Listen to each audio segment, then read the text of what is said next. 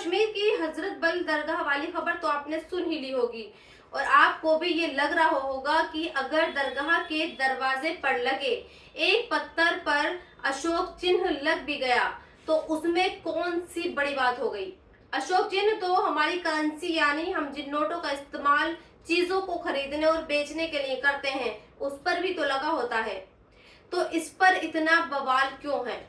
तो इस मामले में आज मैं आपको कुछ बातें बताना चाहती हूँ जिससे आप ये समझ पाएंगे कि असल में अशोक चिन्ह के तोड़े जाने को लेकर जो विवाद, जो मुसलमानों का आपसी विवाद है, जिसमें मुसलमान खुद अपने पैरों पर कुल्हाड़ी मार रहे हैं और इसी का नतीजा है कि आज इस अशोक चिन्ह को तोड़ने के चक्कर में कश्मीर के 25 लोग पुलिस की हिरासत में हैं।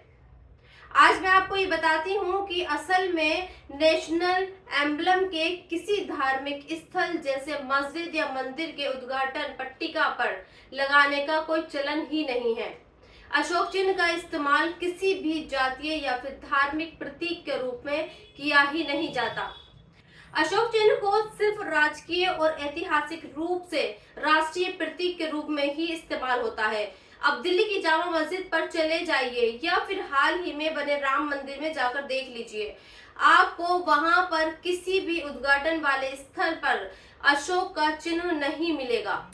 तो फिर अब सवाल ये पैदा होता है कि कश्मीर की इस हजरत बल दरगाह के कामों को दिखाए जाने वाले पत्थर पर अशोक चिन्ह कैसे पहुंच गया। तो फिर इसका जवाब ये महिला है, इसका नाम दरक्षा अंद्राबी है। ये महिला जम्मू कश्मीर के वक्फ बोर्ड की चेयरमैन है।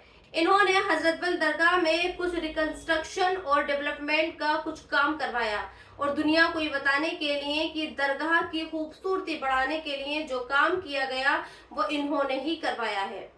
लिहाजा इन्होंने दरगाह के दरवाजे पर एक पत्थर लगवाया और इस पत्थर पर अपने नाम के साथ साथ कोने में अशोक का चिन्ह भी लगवा दिया। और अब जुमे की नमाज पढ़ने वाले लोग यहाँ आए और उन्होंने अशोक का चिन्ह देखा तो उनकी भावनाएं भड़क गईं और उन्होंने पत्थर मारकर इस अशोक चिन्ह को मिटा दिया।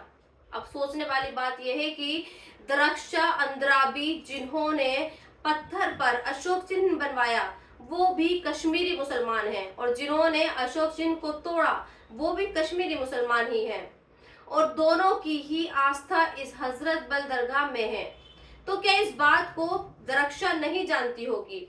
और अगर जानती थी तो फिर बतौर कश्मीरी मुसलमान हजरत बल दरगाह के दरवाजे पर लगे अशोक चिन्ह से उसकी भावनाएं आहत क्यों नहीं हुई?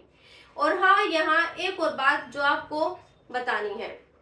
कल इस पत्थर पर लगे अशोक चिन्ह को लेकर कश्मीर के सीएम उमर अब्दुल्ला का भी एक बयान आया और उन्होंने ये कहा कि हजरत बल दरगाह में इस पत्थर को लगाने की जरूरत थी ही नहीं और जिस शख्स शेरे कश्मीर ने इस दरगाह को बनाया उन्होंने खुद अपना नाम उस दरगाह पर नहीं लिखवाया, तो फिर इस पर अशोक चिन्ह लिखवाने की जरूरत क्यों आन पड़ी।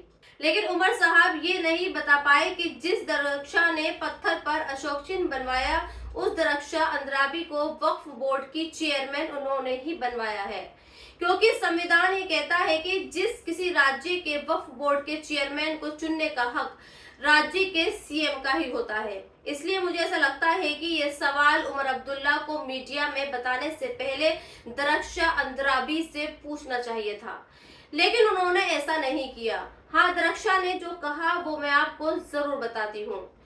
जिस दिन लोगों ने अशोक चिन्ह को मिटाया उसके बाद दरक्षा के दो बयान आए।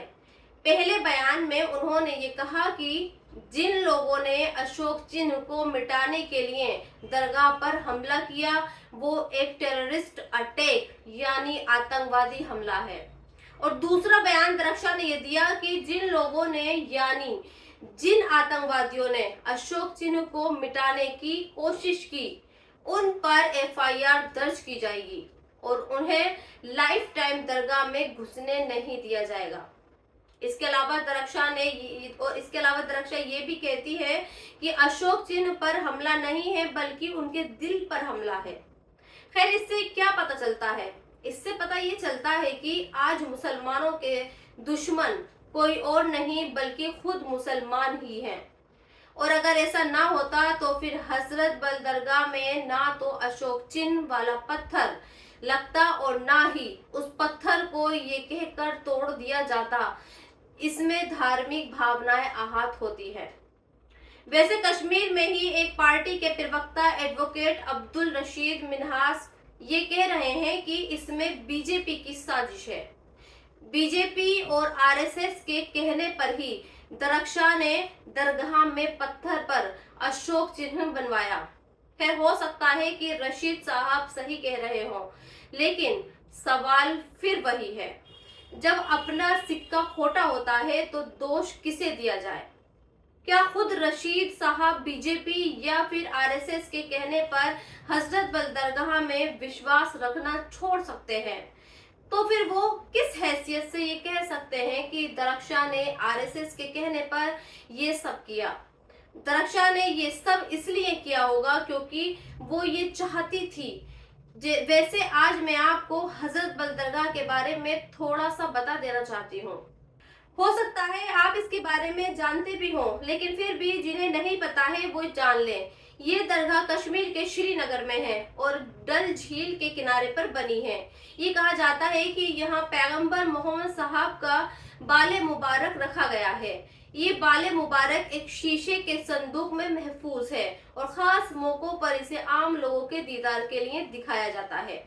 यहाँ पर 5 वक्त की नमाज होती है। नमाज में तरावी और ईद पर ईद की नमाज भी होती है। यहाँ पर मिलादुन नबी के मौके पर भी बहुत सारे लोग इकट्ठा होते हैं।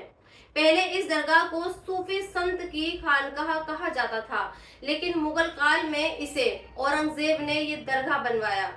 पैगंबर मोहम्मद का बाले मुबारक लाने का श्रेय सैयद अब्दुल्लाह मदनी और ख्वाजा मोइनुद्दीन को जाता है। 17वीं शताब्दी में इसे शाही जामा मस्जिद जैसा दर्जा दिया गया। अब आपको पाकिस्तान से आई एक और खबर बताना चाहती हूँ, और वो खबर ये है कि पाकिस्तान की एक अदालत ने कल एक फैसला सुनाया जिसमें कहा गया कि पाकिस्तान सरकार जिन 51 अफगान फैमिलीज को पाकिस्तान से बाहर भेजना चाहती है उन्हें अब नहीं भेजा जाएगा। पाकिस्तान की इस अदालत ने ये भी कहा है कि पाकिस्तान में अफगान रिफ्यूजियों के लिए सिटीजनशिप हासिल करने के लिए जो नियम कायदे कानून हैं वो बहुत ही मुश्किल हैं, उन्हें सिंपल बनाया जाए। यहाँ आपको ये खबर बताने का मकसद सिर्फ इतना है कि ताकि आप ये जान लें कि पाकिस्तान में इस वक्त अफगान रिफ्यूजियों को बाहर भेजने के लिए एक ड्राइव चलाई जा रही है, और ये ड्राइव ठीक वैसे ही है जैसे हमारे अपने देश में रोहिंग्यों और बांग्लादेशियों को भगाने के लिए चलाई जा रही है। पाकिस्तान को भी हमारे देश की तरह ये लगता है कि पाकिस्तान में जो अफगानिस्तान के लोग अवैध रूप से रह रहे हैं वो उनके देश की सुरक्षा के लिए खतरा है। इसलिए पाकिस्तान ने हजारों अफगानिस्तानियों को निकाला जा रहा है। कहने का मतलब यह है कि जब हमारे देश से बांग्लादेशियों या फिर रोहिंग्यों को भगाया जाता है तो हमें ये लगता है कि मुसलमानों पर जुल्म हो रहा है, जबकि आज की हकीकत ये है कि कोई भी मुल्क किसी भी बाहरी मुल्क के लोगों को रखना ही नहीं चाहता। सोचिए, पाकिस्तान भी एक मुस्लिम मुल्क है और अफगानिस्तान भी एक मुस्लिम मुल्क ही है, फिर भी पाकिस्तान अफगानिस्तान के लोगों को भगा रहा है और ये इल्जाम भी लगा रहा है कि वो अवैध रूप से जो अफगानी रहते हैं वो देश की सुरक्षा के लिए खतरा है।